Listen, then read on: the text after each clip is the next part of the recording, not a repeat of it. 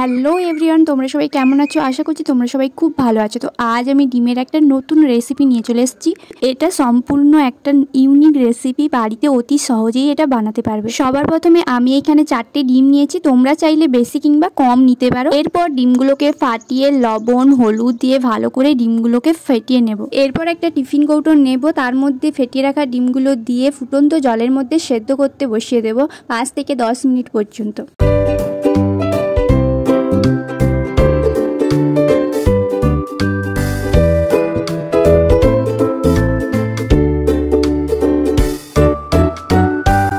থেকে 10 মিনিট পর ডিম কৌটোটা নামিয়ে নেব। দেখতে পাচ্ছ কতটা সেদ্ধ হয়ে গেছে।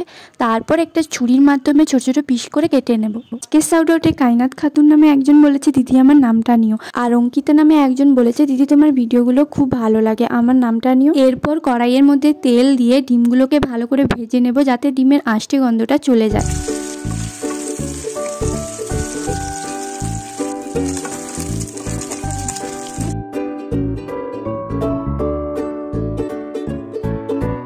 ডিমগুলো প্রায় ভাজা হয়ে এলে কড়াইয়ের মধ্যে তেল দিয়ে শুকনো লঙ্কা আর গোটা জিরে দিয়ে ভালো করে ভেজে নেব। তারপর একে একে পেঁয়াজ বাটা, আদা বাটা, রসুন বাটা, টমেটো কুচি দিয়ে মশলাটাকে ভালো করে কষিয়ে নেব। এরপর লবণ, হলুদ গুঁড়ো, লঙ্কা গুঁড়ো, জিরের গুঁড়ো আর সামান্য চিনি দিয়ে মশলাটাকে ভালো করে নাড়াচাড়া করে এর মধ্যে ভেজে রাখা ডিমগুলো দিয়ে পরিমাণ মতো জল দিয়ে ঢাকনা দিয়ে রেখে দেবো কিছুক্ষণের জন্য। তারপর ব্যাস রেডি আমাদের ডিমের এই নতুন রেসিপি। এটা কিন্তু দারুণ খেতে হয়েছিল, তোমরা বাড়িতে অবশ্যই একবার ট্রাই করে দেখবে। তোমরা চাইলে আমার এই চ্যানেলে শর্টস রেসিপি ভিডিওগুলো দেখতে পারো, ওইখানে অনেক নতুন নতুন রেসিপি ভিডিও আপলোড করা আছে। তো ফ্রেন্ডস, ভিডিওটা আজ এই পর্যন্ত। ভিডিওটা কেমন হয়েছে অবশ্যই কমেন্ট করে জানিও, আর ভালো লাগলে অবশ্যই একটা লাইক করে যেও। আর যারা যারা চ্যানেলে নতুন দেখছো তারা প্লিজ সাবস্ক্রাইব করে যেও। তো চলো আজকের মতো টাটা।